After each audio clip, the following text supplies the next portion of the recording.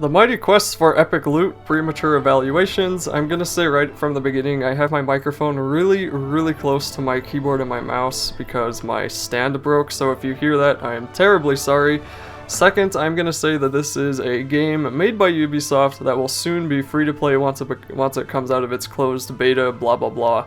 And right now you can get into the closed beta if you pay, I think, $10 or $20, or if you get lucky and get a key in the email. And it's also a pay-to-win Diablo 2 clone. I say it's pay-to-win because there's this currency right here called Bling, and you can pay real money for Bling to advance your character inside the game, and I consider that to be pay-to-win. Some people don't, because everything you can pay for in the game you can do yourself without paying for it. Some people, that's enough not to consider pay to win for them, but to me that is pay to win. Now that's not a bad model, I think it will work, but it's still pay to win, it's there. And I say it's a Diablo 2 clone because it's a Diablo 2 clone. It's also probably more closer to a Diablo 3 clone, actually, mainly because of, not the inventory, but the skill tree, or the lack of the skill tree. It's pretty much exactly like Diablo 3. You level up, unlock new skills. Want to unlock all those skills, you level up again to get more power for those previous skills. So if you want a really in-depth, slightly more difficult action RPG, just go play Path of Exile or reinstall Diablo 2. For the most part though, this game is incredibly fun so far. I'm only level 7, but I could see it getting to be like way more time spent on it than I intended to in the first place. And I did play as the archer on my brother's account, and I haven't managed to play as the mage yet because he had to pay for that earlier, and I'll play as him later. So obviously you have your health and your mana. For the knight, the mana works the same way that Fury, I think it's Fury, that Fury does as the barbarian in Diablo 3, meaning you attack monsters with skills, you generate mana, and then that lets you do more powerful skills. For the mage, and I'm assuming, or for the archer, and I'm assuming the mage, the mana starts at 100 and drains as you use up skills, obviously. The inventory screen is a little bit annoying, and I will explain that right now, because as you go through different dungeons, no matter what item you run over, you're going to pick it up. You don't have a choice in the matter unless you avoid it entirely, and sometimes you can't avoid it. So if you fill up your inventory, well, then you're screwed if you find a really good item by the end of the dungeon, because you can't empty your inventory until you are out of the dungeon, or I guess they're castles. But you could say, hey, buy another inventory space. Well, no, I need 300 bling, and I think that's only $3 worth of currency, but that's still a lot of money just for an extra page of, I don't know, what is that, 1, 2, 3, 4, 5, 6 or 7, 18 or 21 inventory slots. But this is the character page, extremely basic. You don't get pants. Again, it seems to be common in recent action RPGs. You do get your classic helmet, shoulders, chain armor, chain gauntlets, weapon, and then jewelry and a cape. If you want to take it a little bit more seriously, which you probably will have to with the higher level you get, here is your more detailed window, which tells you, extra experience or gold gain or loot quantity, all these other things that if you're a veteran in action RPGs, you should know this menu pretty well. If you're new, then you should learn this by the time you get to the higher levels. But, basically you want to get your DPS higher than it is. If you could get it higher, that's almost always better. And loot quantity's usually pretty good too. Poison damage probably will be good, but, I haven't played enough to know for sure, and I don't even know how balanced this game is yet. But anyway, let's get on to in my opinion, the main selling point of this game. Even though it is a free-to-play game, I'm just going to use the term selling point, and that is you get to create your own castle, and anybody can create their own castle, and anybody can enter your castle, and you can enter anybody's castle. So this allows for a very dynamic, very random, very awesome gameplay style. So this is one of the most basic castles you really could make, and I haven't put much effort into it, but basically you start here, you go down the drawbridge, you go into a room which somebody placed a bunch of monsters in, and also traps, cyclops, frogs, whatever else there are. Then you get into this other room, the boss area. I think this whole room is the boss room actually, and then the chest room, the important thing. If you manage to make it to someone's chest room before the timer runs out, you get 20% of whatever is in both chests, which is a reason you probably want to keep your gold and your life force gems relatively low. So if you don't play for long periods of time, then you won't come back and have 0 gold. If you keep it low, then you'll have 0 gold in the first place, and people looting your castle won't get as much, or they may have even less motivation to loot your castle because they're not going to get any reward in the first place. To combat this, every time someone does actually loot your castle will get defended. So right here, I got attacked a while ago. I'm now defended for 5 hours and 44 minutes. Now this is a little bit annoying because as soon as you loot someone else's castle, their castle gets defended and you can't loot their chest again until the defense shield runs out. This is good for you because it gives you some time to recover if you just lost a ton of gold. Now, if you did actually stop playing for long periods of time and you came back, well, that's what these gold mines and life force gem mines are for, because if you wait long enough, these will generate their own gold and life force gems. You come back, you take it all, and next thing you know, you got a good chunk of currency to work with to buy upgrades. As you see here, I'm upgrading my gem chest, my life force storage, which allows me to hold more life force and also my gold. Okay, here's a battle log. I'll explain this really quick. Some guy entered my castle and he got to the treasure room, which means my castle is complete garbage as far as defenses go, but he didn't loot my chest because I'm defended. And you can see your battle log by clicking on here. You can watch the replay of whoever it was, you can see who they were, and you can see, you know, how well they did. Obviously my castle sucks, so they did not die. They used less than 3 potions and they beat it in less than 2 minutes 40 seconds. And I can click on revenge if I want to try out their castle. But as far as the life force gems go, you just, oh wait, what was I talking about? Okay, you upgrade buildings. So right here I'm upgrading these different buildings, and this bothers me because this timer reminds me of Ebony, and Ebony was absolute garbage. And it's just really annoying because if you want to, you know, wait, well, if you upgrade a building, you gotta wait an hour for this particular one, or I could spend a quarter and finish it right now. So again, pay to win. But really, that's not that big of a deal. You know, just upgrade your buildings right before you go to bed, and then come back in the morning and you're done.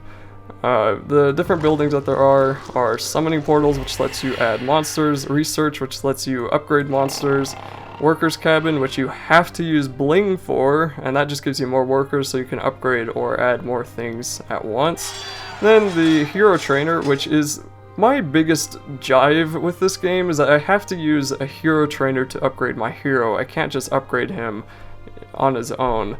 And it's what makes it annoying is that you have to pay gold to upgrade him, and then once he gets to a certain point, you have to upgrade the hero trainer itself. So right now it's rank 2, and I have to pay 1500 gold to upgrade it to rank 3. But to upgrade to rank 3, I need to upgrade the castle heart, and to upgrade the castle heart I need 6,000 gold. But to get 6,000 gold I need to upgrade this chest, and to upgrade this chest I need 1,000 of these diamonds, which I don't have yet. And that's really where the whole grind comes in, and it does kind of fall back on each other. Like all these upgrades, they do kind of affect each other, and they do kind of keep it balanced, and they keep you spending your gold, so that on first impression there seems to be no reason to hoard it, especially when they give you a max amount in the first place. The whole point of this game seems to be attacking other people's castles, and as you can see here, there are quite a few of them, and this is still in the closed beta. Maybe there will be more once the game opens up for the public. Maybe it'll be about the same. I'm not really sure. Now for these castles there are 2 types. There are set types and then there are player types. Now, I don't know what color that flag is. I'm colorblind. It could be yellow, green, gold. I have no idea, but whatever color this flag and this kind of explosion around the number is, those ones every single person will have, and these are castles that you can do kind of to give you an advantage. You can grind them over and over if, like, well, not really to give you an advantage, but say I couldn't do any of these player castles because these players were just too good for me. I could do these castles that are put here in the game for everybody, which probably aren't too good for me, and I could grind them over and over until I can do one of these player castles. And the whole point is that you're trying just to climb to the top to beat the boss of the region. And where's the region map? Once you beat the region, you can go on to a different region. And if you click it here, you can see all the different kinds. And that's really what that is. This is the first one. This is basically the tutorial. This will explain everything I'm explaining. I am just trying to give you the general overview. But for now, I'm going to go on in and try to destroy a castle. So here's a level 8 castle. I'm a level 7. It's one level ahead of me, but you know what? I think I can do it. So it's defense rating 95 out of 95. No big deal. Number of traps 4. Castle level 8. Gives me the rewards here. 1300 experience and almost 200 of both of those. Same thing if you click on someone else's castle, you can see what they have, how many heroes they've defeated. If this number is really high, then it's probably a very difficult castle. As far as the rewards go, you know, okay, that's pretty good. I may actually be able to pull this one off, but I don't really want to try it. And then it'll tell you how many crown points you get. I don't actually know the purpose of those, but generally, if they have more crown points, like this guy, 53 heroes, you probably want to avoid that for now. Let's try this level 5 one. I don't think he's defended, and I can get this stuff, so let's attack him. It's not really fair. Oh, not valid anymore. That happens a lot, which I don't really know why, so let's attack this one. Okay, so nope, he is not defended, which means I will more than likely make it to the end. You can tell if he's defended by, like, there will be, whoops, what am I doing? There will be a defense shield on the back there. So as far as the skills go, you know, very generic, basic. You know, separated these things. Wow. Okay, maybe I'm not doing this castle. You just attack things and hope that they die. Actually, I think that thing was causing all the problems. Let's see. And then these Dr. Skulls. These guys give me the most problems. Get away from that. Oh yeah. There's no way I'm finishing this castle.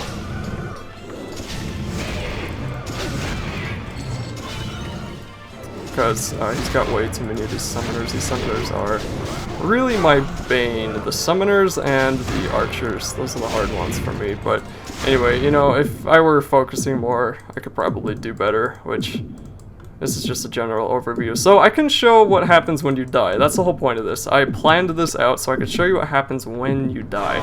And the quick truth is pretty much nothing happens. You can heal yourself for 100 gold, which, you know, seems kind of pointless. You can escape, you can start over. I'm just going to escape. You can give this a rating. I'm going to leave it a 1 star, and you can type a comment. So I'm just going to type, I don't know, interior crocodile, why not, and then leave. You know, the rating system seems completely pointless. But that would be an example of a castle. Surprisingly, I think that was, I don't even remember which one that was, but it was like 1 level under me, and I couldn't do it.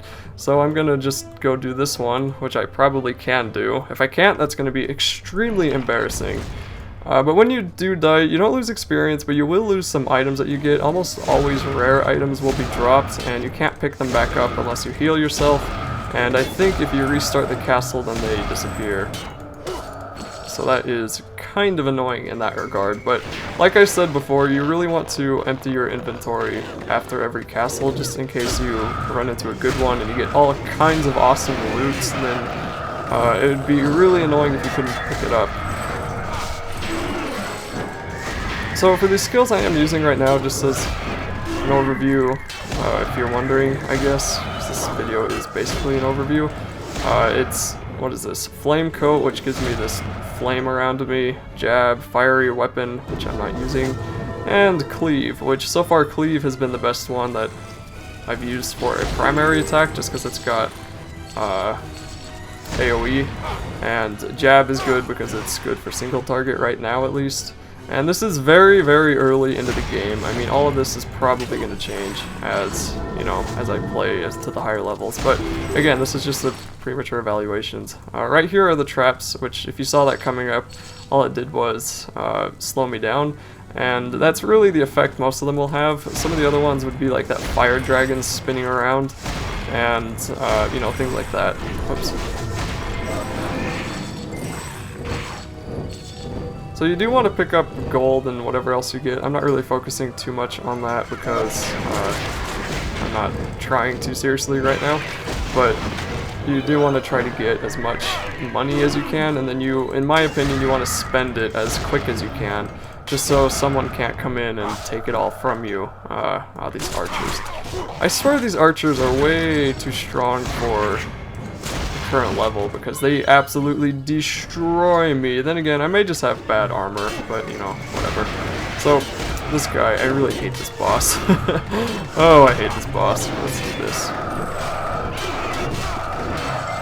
But in the castles that are not made by players, you'll probably always have an easier time just because they, you know, Ubisoft makes it to where anybody who tries will at least at some point be able to create them.